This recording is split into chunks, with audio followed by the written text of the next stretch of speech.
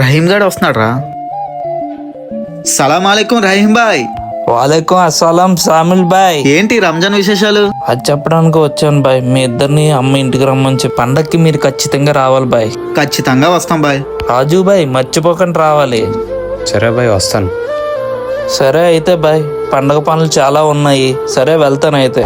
శామ్యాలు ఒక నిమిషం ఆగు. నిజంగా వాడి ఇంటికి పండగకి వెళ్దాం అంటావా? వాడి ముస్లిం కదా, నేను హిందువుని.